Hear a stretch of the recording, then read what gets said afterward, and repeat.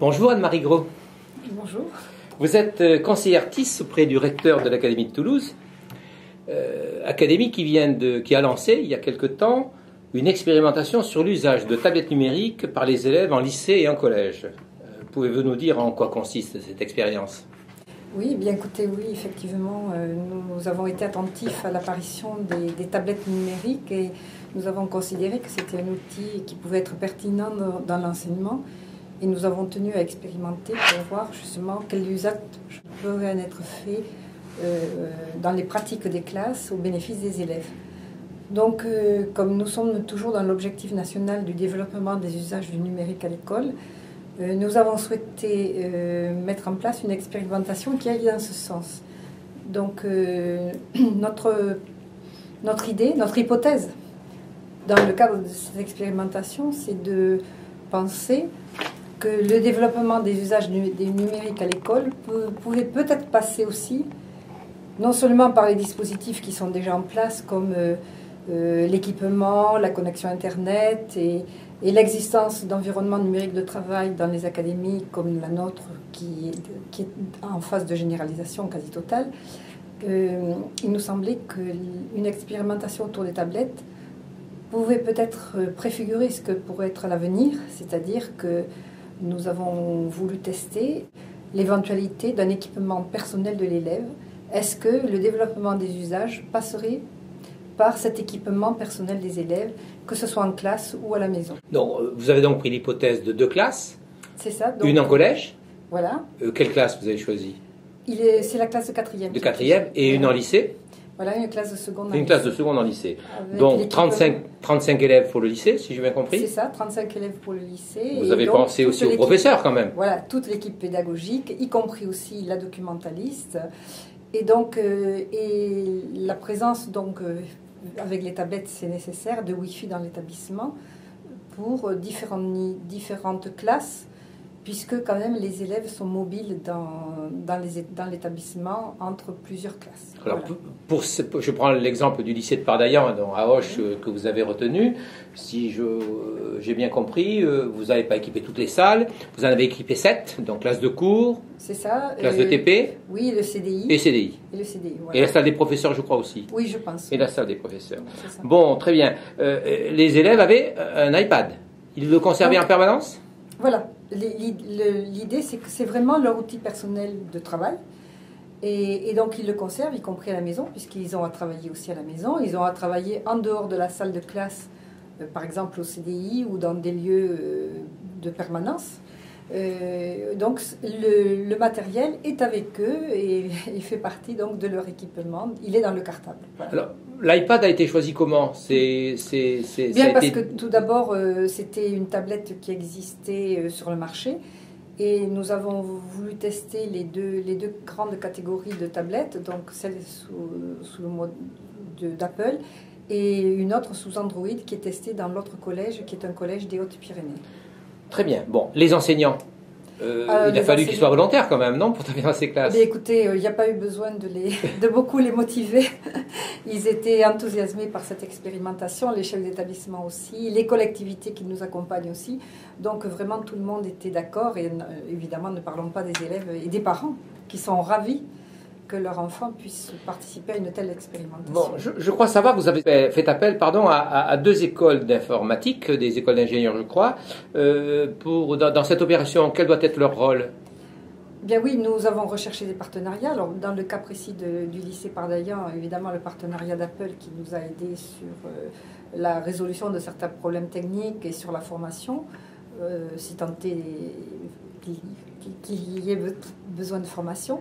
Mais en plus, nous avons donc recherché, sans trop le rechercher, nous avons eu l'opportunité d'entrer en contact avec 2 écoles informatiques de Toulouse qui seraient d'accord pour développer des applications qui manqueraient à nos enseignants pour justement avoir des usages complémentaires à ceux qui pourraient exister avec les applications actuellement existantes. Sur la PB Store, c'est-à-dire qu'en fait, pour fabriquer des applications spécifiques à cette expérience. Tout à fait, spécifiques à cette expérience. Donc ce seront les étudiants qui vont développer ces applications, les étudiants de ces écoles.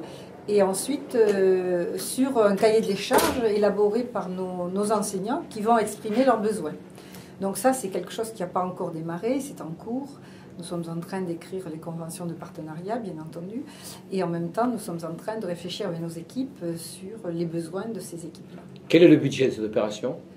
Ben écoutez, pour l'instant, le budget, comme ce sont des étudiants qui travaillent, ça leur fournit un objet d'étude. Donc pour l'instant, le partenariat, c'est un partenariat qui ne coûte pas à l'académie, ni même aux écoles, dans la mesure où, si ce n'est l'investissement en temps de nos enseignants et des équipes. Mais vous avez quand même acquis les iPads, donc je pensais aux équipes. Oui, d'accord. Oui, bien sûr, nous avons fait l'acquisition des matériels, le Wi-Fi a été installé par l'établissement.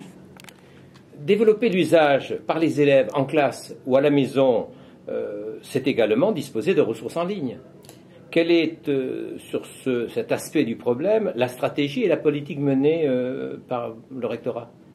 Bien, l'Académie, évidemment, décline la politique nationale qui vient de nous faire une offre intéressante, puisque l'Académie ayant répondu à l'appel à projet lancé par le ministère en mars dernier, notre académie a été retenue parmi les 13 académies élues, et nous bénéficions d'un accès au catalogue des ressources numériques qui est développé, qui est mis en place par le CNDP. Et donc 80% de nos établissements du second degré ont accès à ce catalogue et peuvent donc bénéficier d'un bon à tirer sous forme d'un chèque ressources numériques pour bénéficier d'accès à des ressources qui permettent aux enseignants d'exploiter des ressources numériques intéressantes pour insérer dans les contenus de leurs cours avec leurs élèves.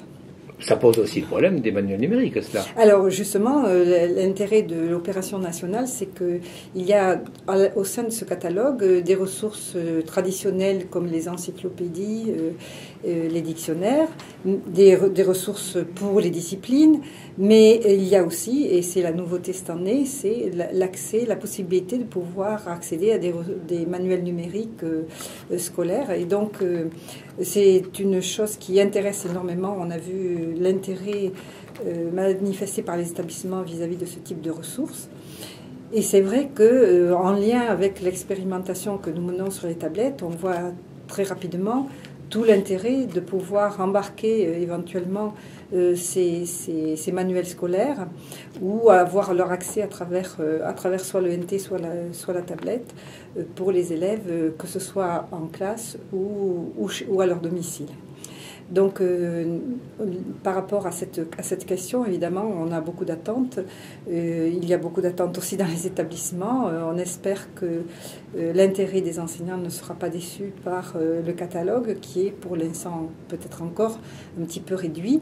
Donc, on est vraiment très attentif à l'annonce que vient de faire Apple sur son outil qui permettrait aux enseignants de développer leur propre manuel numérique.